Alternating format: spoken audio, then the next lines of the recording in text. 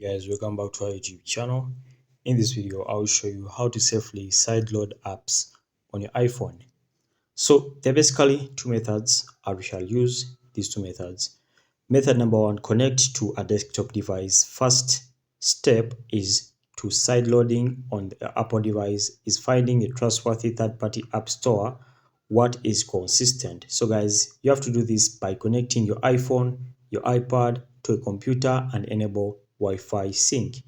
After that, launch the alternative apps or the alternative app store on the desktop device and find and select an option that you want to install on the mobile device. After installation, the user should be able to open the app store on their mobile device and it is to sideload the application. And that's it, guys. So guys, this is the API files method.